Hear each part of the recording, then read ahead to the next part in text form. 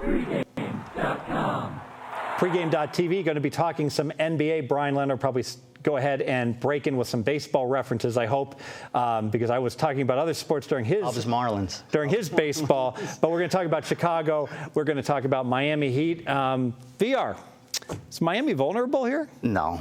Vulnerable to lose the game? Absolutely not. Vulnerable not to cover each and every night, because you're always going to be forced to pay a premium when you're back in teams like the Heat. I mean, we saw the Spurs finish almost 40 games above 500, and if you bet them every game, you lost money this year. The spread becomes the great equalizer. But are they vulnerable in the series? Absolutely not.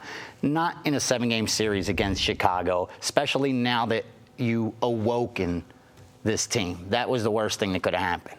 Would this be, Bryan, would this be the greatest NBA upset you could remember if somehow the Bulls could beat the Heat? I think it would be. It possibly could be. Hey, let's slow down. Sixers. I was young, 83. Beat the Lakers in 4. They swept them.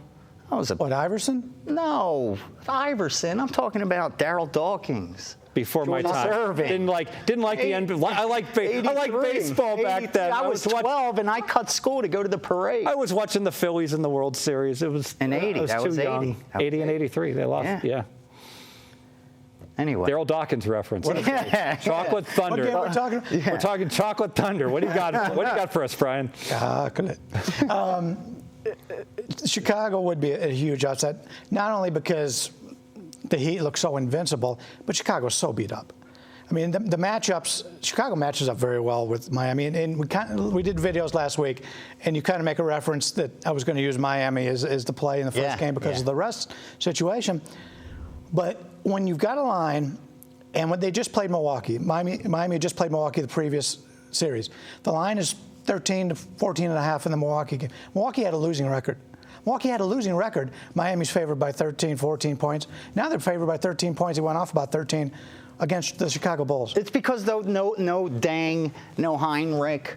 I think this is a mash unit, man. This is like coming out of North Korea. And that's why I think they took them a little lightly. I think Miami thought all we have to do is show up and beat this, more or less team from Chicago that's missing some of their key players. Who's the better team, the current configuration of the Chicago Bulls or the Milwaukee Bucks?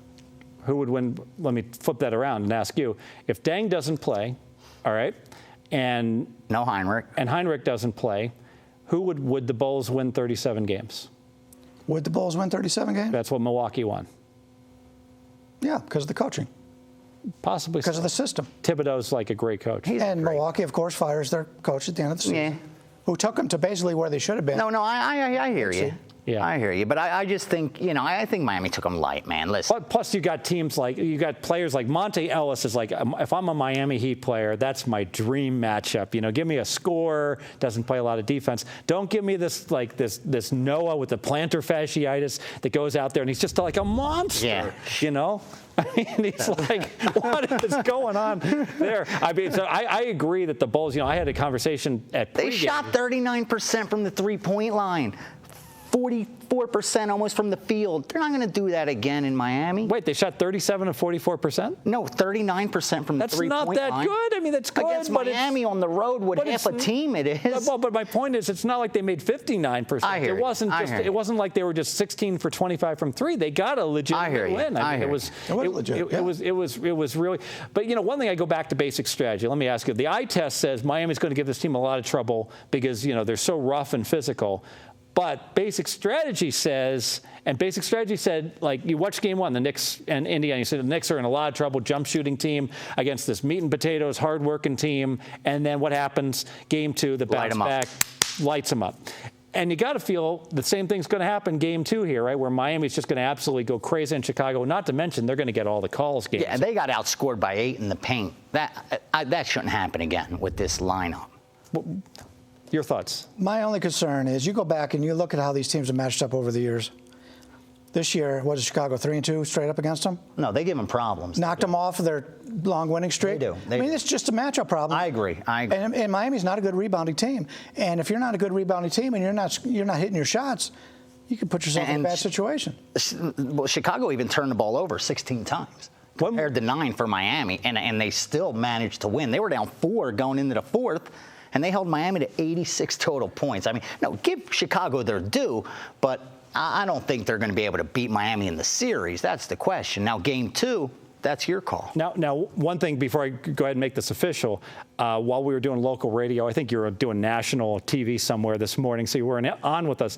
I mentioned that LeBron had a special MVP sneaker pair that he was wearing. It was a different design. He wore it for a half, and then he changed back to his old shoes that apparently he wears a new pair of shoes every game, but his normal style of shoes. And I wonder, I look into that.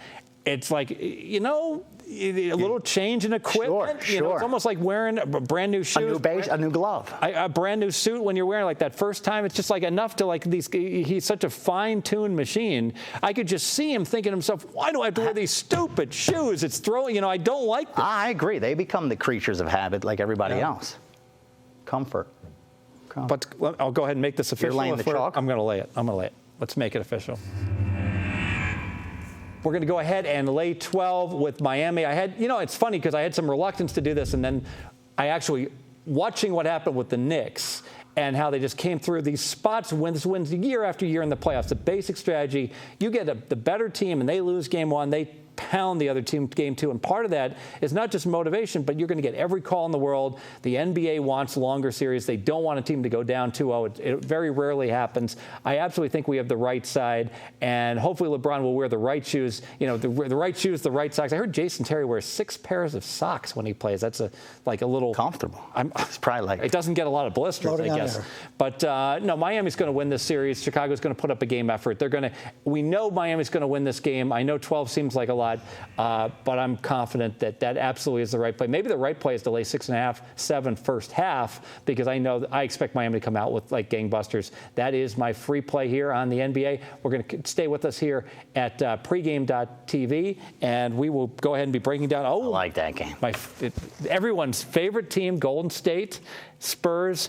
Let's see if we have a winner on that. Stay with us, pregame.tv.